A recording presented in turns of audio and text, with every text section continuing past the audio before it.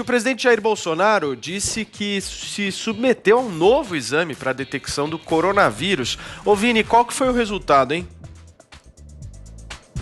Positivo, Paulo Matias. Pela segunda vez aí, o presidente Jair Bolsonaro testa positivo para coronavírus. Ele mesmo deu essa declaração ali num vídeo no gramado do Palácio Alvorada, durante aquele ato de descer a bandeira nacional às 18 horas, mas revelou estar muito bem, Paulo. Ele disse que desde o início que descobriu que estava com Covid-19, passou a tomar aquele remédio que ele tanto defende, né, a hidroxicloroquina, e que não teve mais nenhum sintoma grave.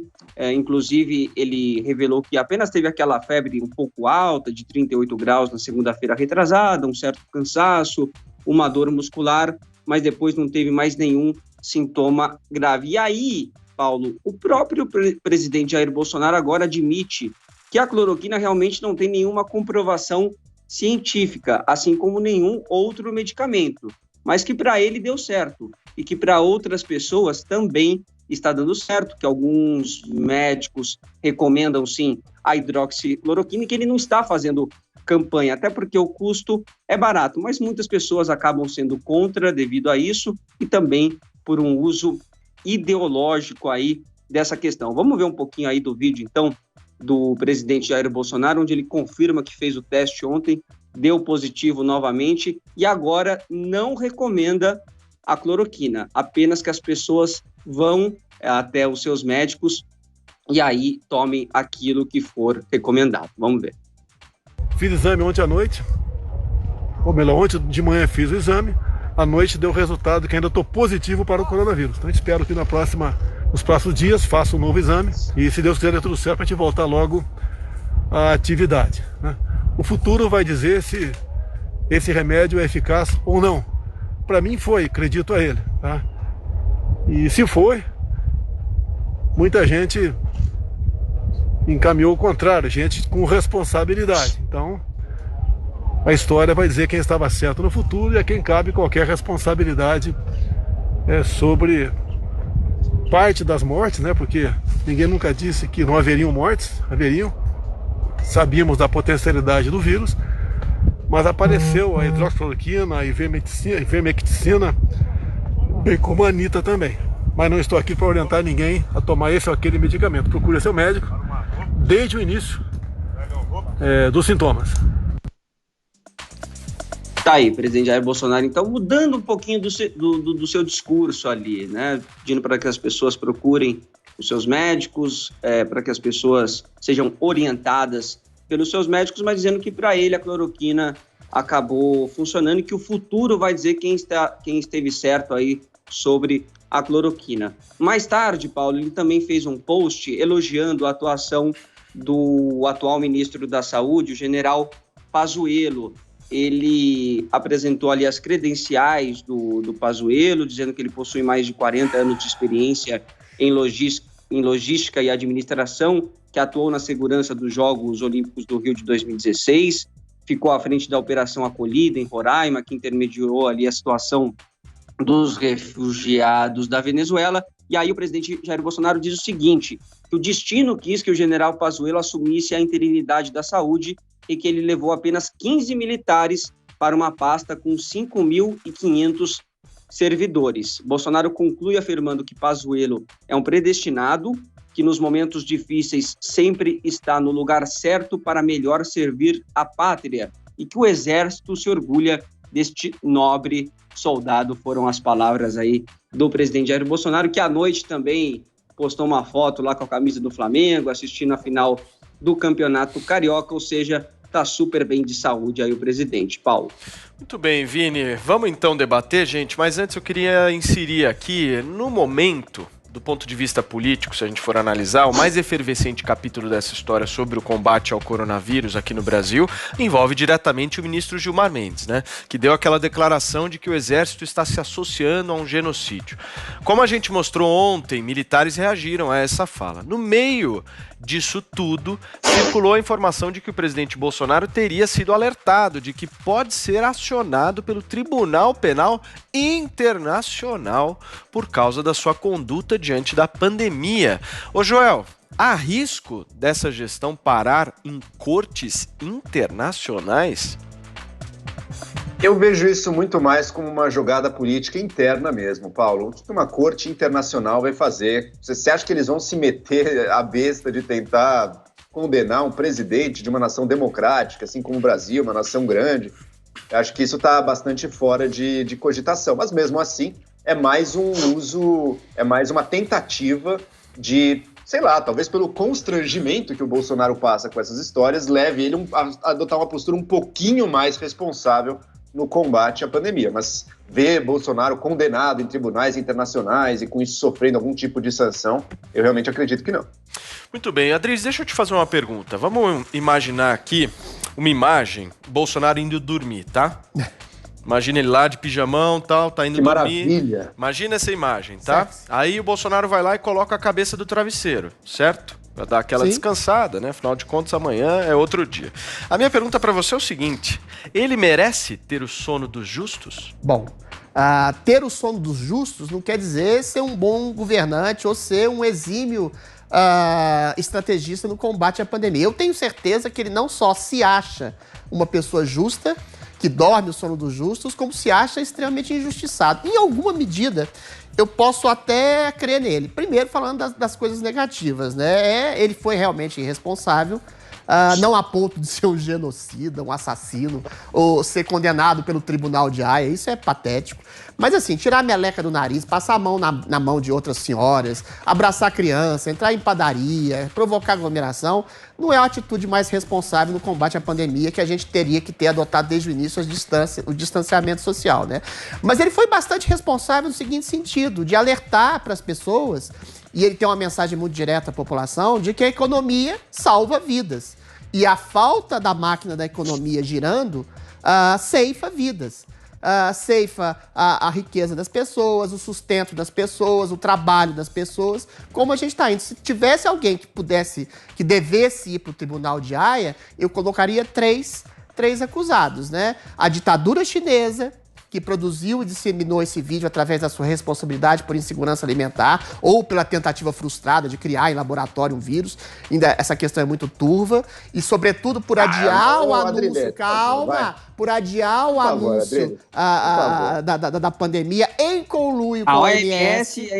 Em conluio com a OMS, que ajudou a esconder o vírus, que ajudou, eventualmente, a disseminar falsas informações, todas atropeladas, sobretudo a pior delas, encabeçada pela Imperial College, que disseminou esse pânico generalizado por uma previsão absurda de dezenas de milhões de pessoas, que eventualmente colocou o mundo isolado e que, em comparação com os 500 mil mortos, ou seja, 500 mil de pessoas mortas pelo vírus, criou-se 500 bilhão de pessoas inseridas, segundo o Banco Mundial, na pobreza. Esses três merecem um pouco mais um tribunal, se não um tribunal de Haia, mas um tribunal bastante justo da imprensa. Só que a imprensa, em grande medida, passa pano, sobretudo a grande mídia internacional, passa pano para o governo chinês, né? Não sei porquê, eventualmente, talvez por um tipo de alinhamento mais ideológico, daquelas coisas assim. Eu critico os Estados Unidos pelo poderio econômico, mas o poderio econômico da China, que criou, disseminou o vírus, e que eu fico dependente do Carrasco, que agora está querendo fazer vacina, tá distribuindo EPCs, eu sou dependente desse Carrasco opressor. Essas aí, se não um tribunal de Haia, mas um julgamento extremamente justo. Deixa eu fazer uma... Deixa eu colocar um pouco mais de pimenta nesse nosso bate-papo matinal aqui, porque tá muito frio ainda. Vocês não sei o que tá acontecendo, mas vocês não tretam. Vocês têm que brigar, tem que se matar aqui, exatamente. O que a gente não faz? Vocês têm que se matar. Cuidado com a letra T ali, cuidado com a letra T ali. Não. É que você ouve muito mal, Joel Pinheiro, ou então você tá com isso na cabeça. Eu escutei mal também. Mas a pergunta que eu quero saber de vocês é o seguinte: nós temos infelizmente, mais de 70 mil mortes aqui no Brasil, certo? Eu não sei o número exato, se vocês tiverem aí o número exato, por favor, falem. A minha pergunta para vocês é o seguinte: é certo dizer que essas mortes são culpa do Bolsonaro, ou a gente tem que enxergar também a atuação dos governadores que foi falha? Como é que vocês interpretam isso? Deixa eu começar ouvindo um pouco o Vini. Com relação à atuação dos governadores? Não, o que eu tô querendo dizer é o seguinte, nós temos 70 mil mortos, né, Vini? Não sei o número certo. A culpa é de quem? Se a Paulinha puder estar com o computador aí, se ela puder checar pra gente. Nós temos uma quantidade significativa de mortos. A gente vê uma retórica por parte da esquerda dizendo o seguinte, o Bolsonaro é um genocida, matou 70 mil pessoas. Só que, nessa questão, a política de isolamento social foi promovida pelos governadores. Eu quero saber o seguinte, qual é a culpa dos governadores nessa história? Eu acho que tem uma certa culpa sim também, porque muitas das medidas, Paulo, que fizeram aí com relação ao isolamento social não deram certo, né? De alguma forma, muitos governadores não conseguiram também convencer a população que o melhor era ficar em casa, né? E algumas medidas foram meio atabalhoadas. Então, por exemplo, aqui em São Paulo nós tivemos aquele rodízio, né, que colocou as pessoas no transporte público, aglomerou as pessoas no transporte público, uma antecipação de feriados também que não fez muito efeito. Então, assim, claro, como é um vírus novo, como é alguma coisa que não estava planejada, houve muita bateção de cabeça, sim. Mas eu ainda acredito que essa bateção de cabeça tentando evitar um mal maior, né, tentando fazer aquilo que estava sendo recomendado pelas organizações sanitárias. Eu ainda vejo o Bolsonaro com uma parcela de culpa um pouco maior, porque eu acho que desde o início ele poderia ali ter tentado promover um diálogo um pouco mais nacional, aí, uma liderança nacional, para tentar fazer algo em conjunto e com um discurso um pouco mais consciente, um pouco mais responsável, de não influenciar as pessoas a fazerem o mesmo que ele, ficar saindo, ficar se aglomerando. Então, acho que ele tem uma parcela um pouco maior, porque teve um discurso um pouco mais irresponsável aí desde o início da pandemia. E você, Paulinha? Só para confirmar aqui, eu puxei na internet, são 75.366 mortes por Covid-19 aqui no Brasil. Eu acho que faltou, sim, uma organização nacional, a gente já falou várias vezes aqui. Agora, em caso de estado para estado, a gente tem que analisar, sim, o que aconteceu, né? Mesmo em Minas Gerais, que no começo parecia que tinha conseguido controlar ali em Belo Horizonte e tal, hoje a gente vê um aumento no número de casos, mas o fato é que a gente está vivendo uma pandemia e que a gente não tem tanta informação assim para tomar exatamente as atitudes corretas, como a Adrilles sempre traz aqui, e tem um pouco de verdade mesmo, a própria OMS não tem certeza de todas as coisas que diz, porque esse vírus é muito novo.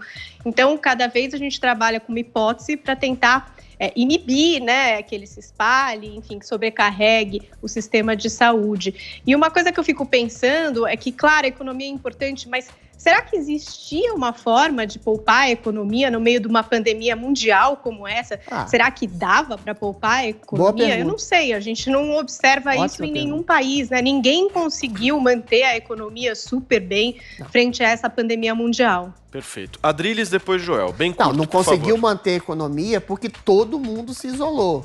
Nesse sentido, eu acho que a culpa é bem maior da própria OMS, que disseminou esse tipo de pavor e que isolou regiões sem perceber os contrastes. Por exemplo, Minas Gerais, para dar um exemplo aqui no Brasil, o vírus está chegando agora. No Sul, que uma grande gestão. Grande gestão nada. Eles tiveram sorte de não receber o vírus antes e o vírus está chegando. Tanto é assim que o vírus chegou em regiões que tem um fluxo maior aviário, de voos comerciais, de voos de turismo. Agora, a pior questão, a pior tragédia da humanidade é quando a culpa é rigorosamente de ninguém. A culpa das mortes é do vírus. Ninguém tinha certeza rigorosa absolutamente de nada. Então todo mundo se isolou. Agora, a culpa pelo miserê e pelo debacle socioeconômico, pela perda de trabalho, pela perda de empregos, é sim do isolacionismo irracional e sem método que foi feito em regiões inteiras, por exemplo, do país. E essa culpa é exclusiva dos prefeitos e governadores. Agora, alguém fala, só para concluir rapidinho, alguém fala assim, um acordo nacional. Acordo nacional para fazer o quê? Se ninguém sabia exatamente o que fazer. O Bolsonaro queria que ficasse tudo aberto. Os prefeitos e governadores queriam fechar tudo. Qual seria esse consenso, sendo que não havia consenso sequer das autoridades científicas, se o erro foi proveniente da própria Imperial College, da própria OMS? Ou seja, não adianta fazer acordo se não há um acordo, não há um consenso em relação às medidas a serem tomadas. Ou seja, a culpa é de ninguém. Quer dizer, de algumas pessoas que isolaram o mundo e causaram uma crise econômica sem precedentes na história do planeta. Deixa eu só ouvir o Joel agora, em seguida você conclui. Vai lá, Joel. Tá bom. Vamos lá, eu acho que o Vini, ele botou ali o dedo na questão central, ali, na diferenciação das responsabilidades pelas mortes aqui na pandemia. Primeiro é bom dizer, algum número de mortes ia ter de qualquer jeito, não dá para dizer quantas são responsabilidade de qual autoridade. Tá? Poderia ter sido menos, sim, como as experiências do mundo têm mostrado, comparando países que tomaram diferentes atitudes com relação ao coronavírus. E aqui eu vejo uma grande diferença na postura das nossas lideranças. A gente vê prefeitos e governadores, muitas vezes meio batendo cabeça, tentando fazer de uma forma meio atabalhoada. Aqui em São Paulo eu tive diversas vezes, critiquei diversas medidas aí, que eu acho que às vezes não tem consistência, ou vão para um lado errado, depois voltam, enfim. Teve uma série de erros, não só aqui, pelo Brasil inteiro, você viu um monte de autoridades locais, prefeitos e governadores, tentando implementar uma série de medidas diferentes para ver o que conseguia controlar mais ou menos o avanço do vírus e com alguma medida de sucesso. Os lugares que conseguiram se isolar conseguiram ver a sua curva descendo. Da parte da presidência da República, o problema é outro. Da parte da presidência da República, não foi uma tentativa meio tateando no escuro de fazer a coisa certa, não. Foi desde o primeiro momento uma atitude de sabotagem contra qualquer um que tentasse adotar alguma medida para controlar a expansão do vírus. Peraí, Adri, estou falando. Uma sabotagem minou nas redes sociais, nas manifestações dele, nos videozinhos. Veja, o próprio ministro da Saúde do governo Bolsonaro estava adotando uma série de medidas, conversando com governadores, conversando com o Congresso, tentando fazer um trabalho de liderança. O Mandetta era um ministro genial? Não, era um ministro normal ali do governo. Jamais sonharia que ele seria o destaque. Mas apenas por fazer um trabalho competente de liderança mínima, ele foi alçado à categoria de líder nacional por algumas semanas ali. O Mandetta virou a grande referência do Brasil, porque o presidente da República se absteve e se acovardou no momento em que a responsabilidade esperava dele um ato de liderança. Ele fugiu, ele se acovardou, ficou reclamando do próprio ministro, depois saiu o ministro, veio o outro. O outro ministro, que também era médico, não podia chancelar as coisas do Bolsonaro, também ficou mais um mês ali naquela situação do Bolsonaro sabotando e cornetando o trabalho do próprio ministro dele. Foi uma desmoralização para o Brasil isso que aconteceu. Okay. Se o Bolsonaro realmente acreditasse, por que ele não botou um ministro que pensasse como ele? Mas não, por que não botou o Osmar Terra, como ele estava provocando ontem? Por que não botou? Aí você tem razão. Se ele realmente acredita no que fala, se ele realmente acredita no que ele está falando, por que não botou? Adriles, porque não queria governar, porque ele não assumiu o risco, a responsabilidade de um ato real de liderança. Isso é gravíssimo num momento de crise nacional como esse. Portanto, Jair Bolsonaro é o grande responsável pela tragédia que tem sido o coronavírus no Brasil. Vini, 10 segundos depois para o Adriles fechar, mas por favor, os dois bem curtos, que eu quero falar de Paulo Guedes. Vai lá. Rapidinho, então. Eu só discordo do Adriles quando ele fala que não havia um consenso, porque a partir do primeiro ministro da Saúde, que era o Mandetta, havia sim um consenso. O Mandetta pensava mais ou menos como todos os governadores do país. O problema é que o Bolsonaro não quis ouvir o seu ministro da Saúde, sabotou o vírus, como o Joel disse, e foi para a rede nacional desdenhar do vírus, fazer piada, falar que ele mesmo tinha um histórico de atleta, uma série de outras declarações absurdas, assim, não teve a menor sensibilidade com os mortos, com os familiares dos mortos. Então, acho que ele tem uma parcela muito maior, assim. Os governadores erraram, mas erraram tentando evitar mais mortes, erraram tentando evitar que os hospitais ficassem superlotados. Sim, morreram pessoas, mas eles erraram tentando fazer o melhor. O Bolsonaro no início sabotou o vírus. Ok, Vini, Adriles, pra gente fechar, por favor. Tá bom, rapidinho. Prefeitos... Calma. Prefeitos, governadores, presidente, ministro da Saúde não tinham suficientes informações para ter uma certeza esboçada sobre o que fazer no combate ao vírus. O Bolsonaro pensava diferente do Mandetta. E eu acho, tenho quase certeza, que o Bolsonaro tinha muito mais razão que o próprio Mandetta, que mandou isolar absolutamente tudo. Isso causou um problema muito maior do ponto de vista econômico, de geração, de ceifação de trabalhos da economia, do que o próprio vírus vai estar causando também, que é um problema gigantesco. Agora, ninguém sabia qual era a medida exata para combater o vírus. O isolamento, mais uma vez eu digo, o vírus está chegando em 10 novos estados agora e está recrudescendo o seu poder em outros 20 estados. Ou seja, esse isolamento pode ter sido, dessa forma que foi feita, mais uma vez, estúpida, irracional e total, um grande erro, sim, do Mandetta. E aí você vai responsabilizar o Bolsonaro por contestar algo que está sendo cada vez mais, inclusive por grandes cientistas. Mas o Bolsonaro não deixou o Mandetta fazer esse isolamento. Tá, mas ele discordava. Teve esse isolamento abrangente. É uma discordância quando você não tem uma certeza. É mais elementar, sobretudo, não tem sequer uma certeza científica de combate ao vírus. É uma discordância legítima. Dizer que o Bolsonaro foi irresponsável porque queria que as pessoas tivessem uma circulação mais responsável. Tudo bem, ele não deu esse exemplo. Se tivesse uma circulação racional e responsável no combate ao vírus, dizer que isso ele foi responsável pelas mortes, isso é leviandade intelectual. Ok, gente.